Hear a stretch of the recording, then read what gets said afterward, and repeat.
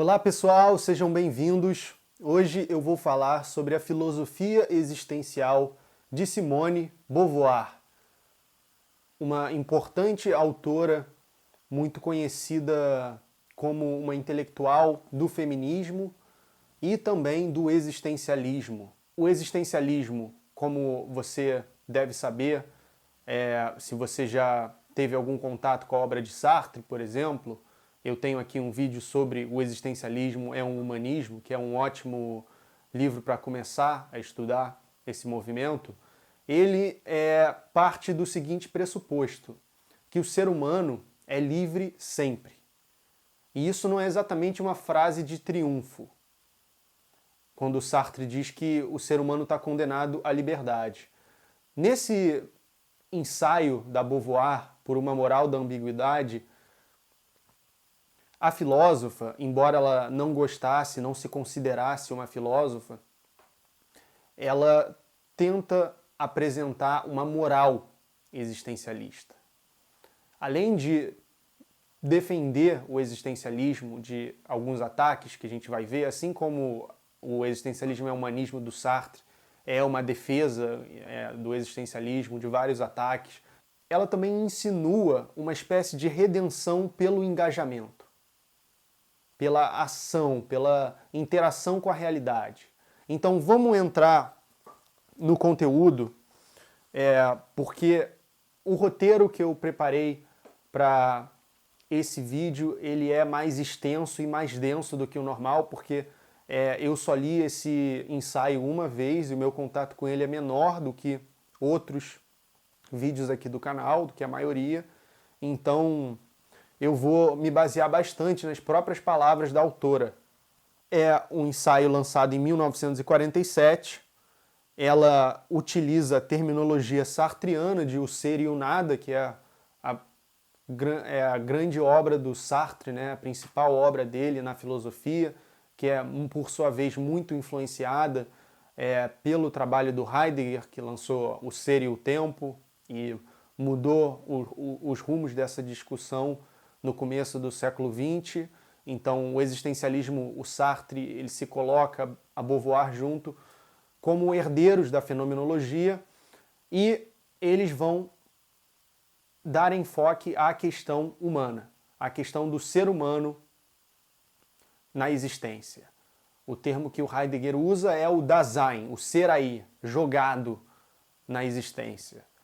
O Sartre utiliza o para si, que diferentemente do em si, que é o mundo, a natureza, as coisas além do ser humano, o para si, diferentemente do em si, que somos nós, o ser humano, a consciência ou o nada, nós temos essa tarefa de nos construir. Ela parte dessa ambiguidade da condição humana, que é a seguinte: o homem se faz falta de ser a fim de que haja ser. A gente vê ausências onde só há presenças. Somente nós trazemos o nada ao mundo. Somente nós percebemos faltas, ausências e contemplamos uma realidade diferente que não é a presente, na qual essas ausências são supridas pelas partes que estão faltando. Ela vai dizer: arrancando-se do mundo, o homem se torna presente para o mundo e torna o mundo presente para si. Então é uma ambiguidade. Ela vai tentar, partindo daí, estabelecer uma moral existencialista, uma moral para o mundo humano dessa pluralidade de indivíduos, que é muito diferente de massa, todos eles marcados por essa condição ambígua. Um mundo fragmentado, um mundo pós-morte de Deus. E o existencialismo vai se dar a tarefa de responder essas questões, diferentemente das ideologias de massa, com uma ênfase no indivíduo e na sua liberdade. Para Beauvoir, o homem é um modo de ser que se faz falta de ser, que vê ausência onde há só presença, mas que pode negar a falta como falta e se afirmar como existência positiva. Existir é fazer-se falta de ser, é lançar-se no mundo. Se você está gostando do vídeo, considere se inscrever no canal e curti-lo para que outras pessoas possam acessá-lo também aqui no YouTube. Existir autenticamente não é negar o movimento espontâneo da minha transcendência, mas apenas me recusar a perder-me nele.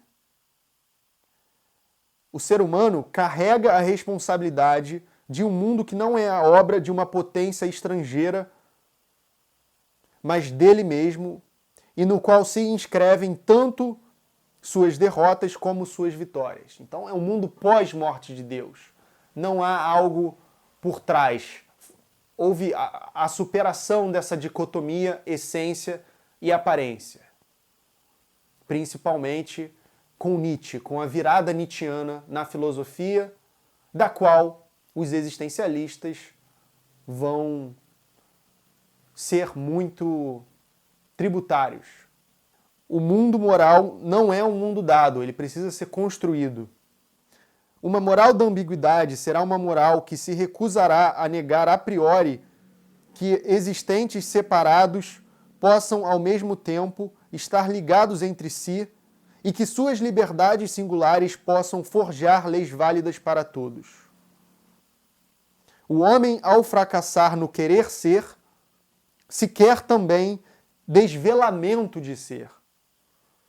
Coincidindo-se com essa vontade, se faz presente no mundo e o mundo presente para ele.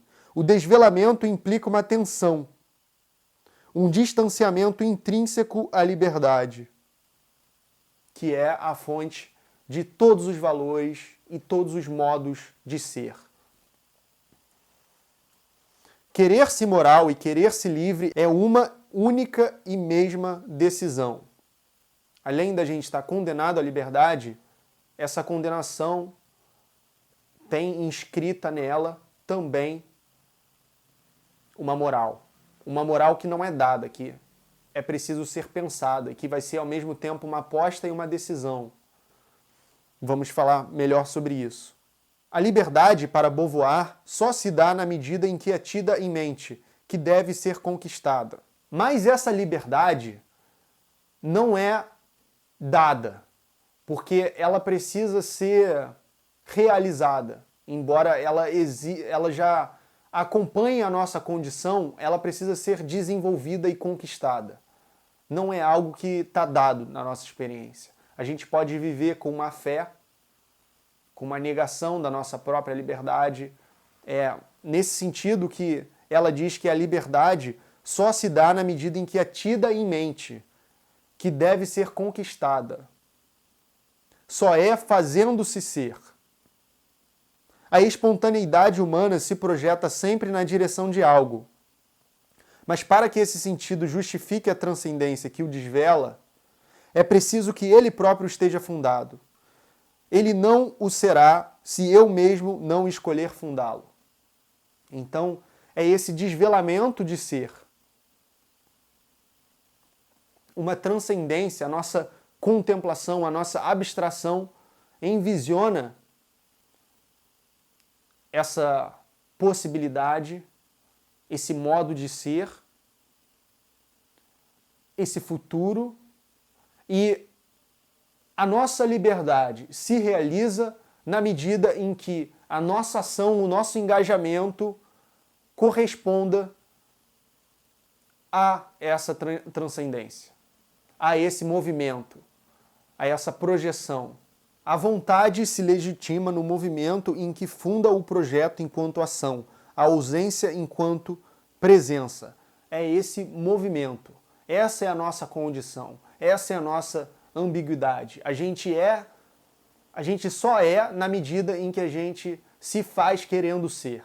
Em medida que a gente se movimenta em direção à nossa projeção, à nossa meta, ao nosso objetivo.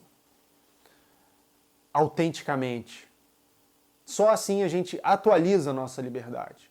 a gente desenvolve a sua existência potencial, a qual estamos condenados. Se um ser humano não realiza esse movimento, não empreende esse projeto, esse desvelamento de ser, esse movimento em direção ao futuro, à meta, com autenticidade, ele não está atualizando a sua liberdade. Ele vai, é condenado à liberdade, mas é uma liberdade que não se desenvolveu plenamente. Mas essa justificação exige uma atenção constante. Ela jamais é realizada, é preciso que ela se realize incessantemente. Meu projeto jamais é fundado, ele se funda. Então não é algo fixo que você faz de uma vez também. E pronto, você tem que estar sempre se fazendo e às vezes os rumos mudam e esse desvelamento ele se orienta em outra direção. A liberdade se realiza como unidade através do funcionamento do tempo. Nenhuma questão moral se põe para a criança enquanto ela não se reconhece no passado e não se prevê no futuro. A gente vai falar melhor sobre essa questão da criança, porque a criança é como se fosse um modo de existência pré-liberdade, pré-condição do ser aí, do para si, porque ela não tem que estabelecer, ela não tem que escolher nada. A responsabilidade que ela teria é completamente cuidada pelos pais, né, pelos responsáveis. Então ela vive num estado meio paradisíaco, meio pré-queda, digamos assim, como se fosse um pequeno Deus. E aí depois, na adolescência, mais ou menos, há essa queda do paraíso, onde é preciso trabalhar, é preciso fazer esse movimento em direção ao ser, em direção à meta, ao seu objetivo.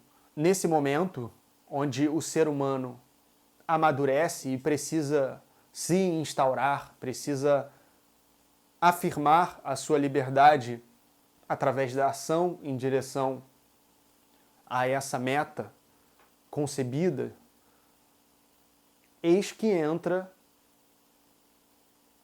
a potência esmagadora da realidade, que é muito maior que a sua, que é muito maior que você. O mundo entra como um obstáculo para a nossa liberdade. A Beauvoir critica a resignação, a vida passiva, morna, de má fé, de enganar a si mesmo, de negar a sua liberdade, ainda que você saiba que ela existe, que você não consegue evadir-se dela. Ela vai criticar esse tipo de postura, assim como a postura do tirano, a postura do homem sério, que se apega a algo externo e se utiliza dos mecanismos da sociedade, da burocratização, para afirmar-se como alguém de respeito e sério, enquanto leva uma vida vazia, uma vida de desculpas, de fuga, de evasão. Ela vai dizer também que é preciso saber dar a volta por cima. Nossa, parece uma coisa tão banal, né? Tão clichê, assim, de citação de Google Imagens, mas tem um sentido profundo por trás disso, que é justamente diante desses obstáculos imponentes que aparecem enquanto potência, né? Diante desse movimento, desse desvelamento que o ser humano faz, muito naturalmente na vida de qualquer um, é preciso saber aceitar os seus limites em determinado projeto e se orientar da melhor forma possível a partir daí, sem perder o impulso, o estímulo, essa vontade que impulsionou o movimento original. Porque, de outro modo, é um caminho, é um passo no caminho da má-fé, do niilismo, da vida vivida de um jeito errado, de acordo com os existencialistas. A meta visada por minha liberdade é conquistar a existência através da espessura sempre faltosa do ser. Para nós é sempre faltoso, há sempre margem para melhoramento, por mais satisfeito que você esteja com a sua vida. Por mais que tem uma outra formulação que é muito interessante também, que há sempre um pouco de derrota na vitória e vice-versa, mas ela coloca isso no livro. É interessante porque isso é um atributo do humano mesmo, de abstrair, de conseguir imaginar diferente, de trazer o nada para o mundo, de trazer a ausência onde, na verdade, a gente só tem presenças. O que é o nada? O nada não é. Ele, por definição, não é simplesmente. E ainda assim a gente está sempre se reportando ao nada e sendo afetado por ele também, de certa forma. Então, é essa ambiguidade da condição humana de ser enquanto falta de ser, enquanto fazer-se falta de ser, que é algo perplexificante do pressuposto existencialista, do diagnóstico existencialista, né? Há pessoas em quem a ideia do fracasso inspira um tal horror que elas evitam querer o que quer que seja, mas essa passividade morna não é o triunfo da liberdade. Para a liberdade não morrer com obstáculo, precisa ter como fim o próprio movimento da existência, ser capaz de ver possibilidades. O para si porta o nada em seu cerne. É isso. Nós trazemos o nada ao mundo. Ele não está em nenhum outro lugar. A gente que plasma o nada no mundo de presenças. Para ela, o existencialismo, pelo menos na época que ela escreveu esse texto, lançou em 47, o existencialismo é a única filosofia na qual uma moral tem lugar. Ao contrário da metafísica e das ideologias de massa. Ela fala também do sub-homem, desse homem que se entrega facilmente a fanatismos para suprir algo que ele não consegue autenticamente trazer de dentro, a sua liberdade realizada. Se entrega mais facilmente a ideologias radicais. Eles são a mão de obra do fanatismo, que tem uma base passional. A gente falou também do homem sério, que é o homem morno, burocrático, que também se evade da tarefa de realizar plenamente a sua liberdade. O sub-homem é aquele que tem essa coisa passional de se apegar intensamente a algo externo e usar aquilo para suprir esse vazio que precisa ser esse desvelamento, que precisa, na verdade, ser essa busca pela realização plena da sua liberdade.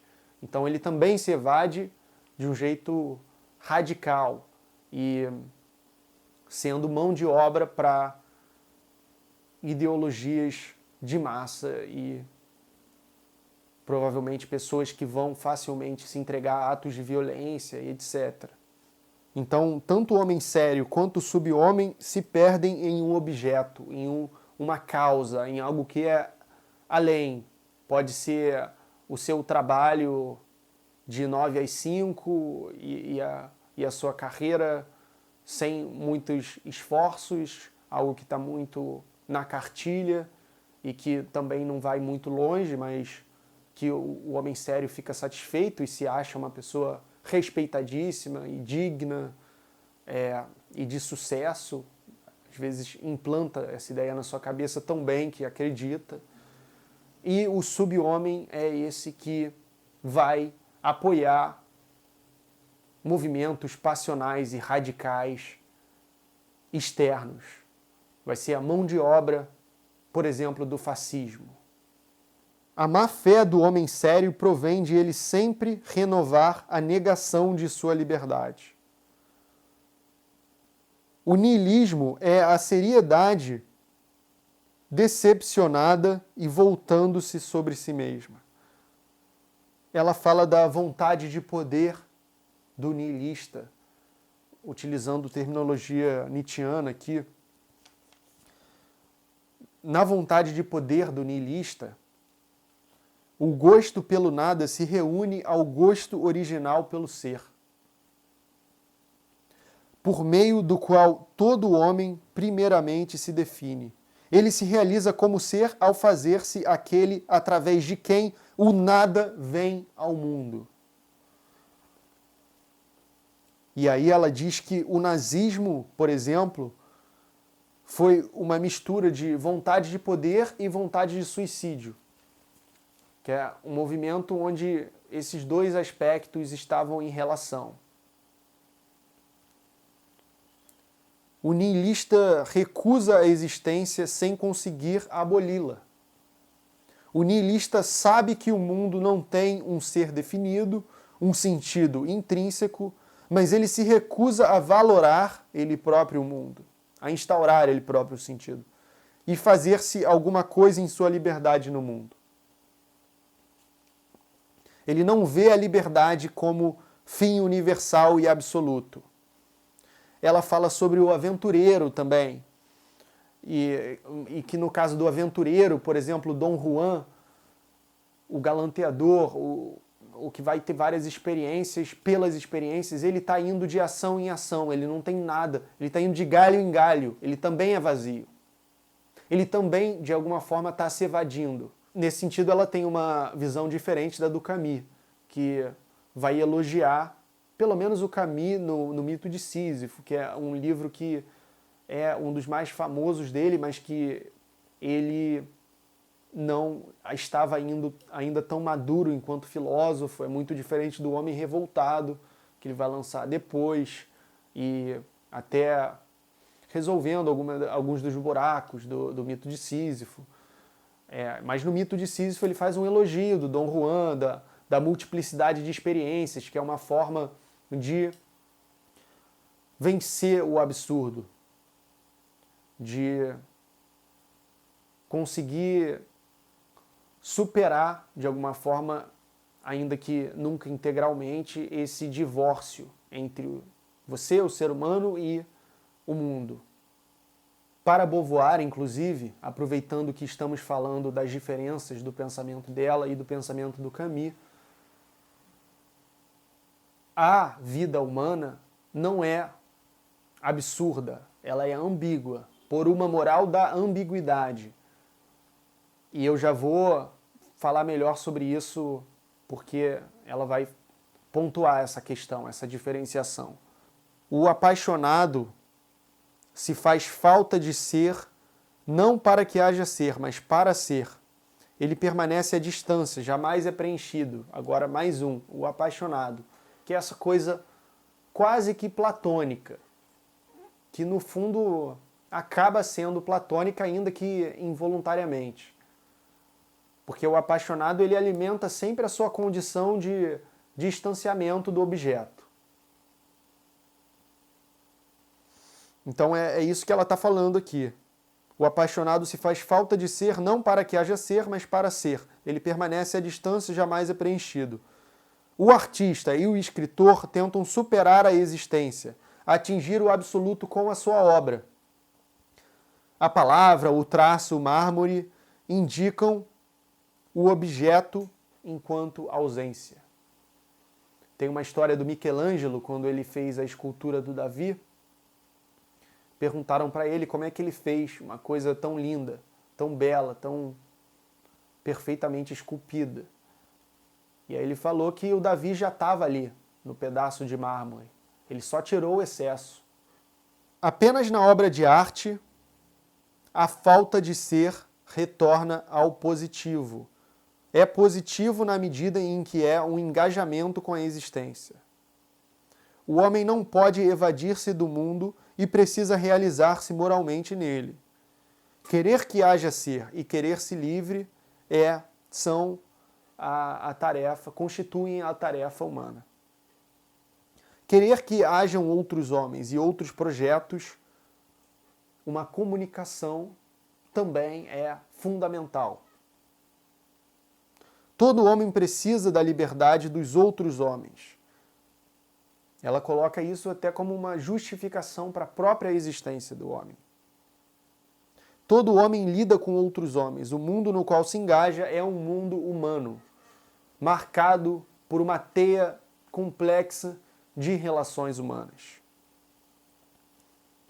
Existe a atitude estética, que é essa atitude contemplativa. O Kierkegaard fala muito sobre isso também, de lidar com a vida apenas na esfera sensorial, não querer ter com o mundo nenhuma relação além da contemplação desinteressada. A liberdade só se realiza engajando-se com o mundo. Isso é fundamental. Seu projeto em direção à liberdade se encerra em condutas definidas. Perseguir a expansão de sua existência, recuperar como absoluto seu próprio esforço. É contraditório querer economizar a existência que precisamente só existe se gastando. A redenção está não depois, mas durante a própria existência, durante a própria ação, durante o engajamento. Então, esse é um dos aspectos mais importantes do livro.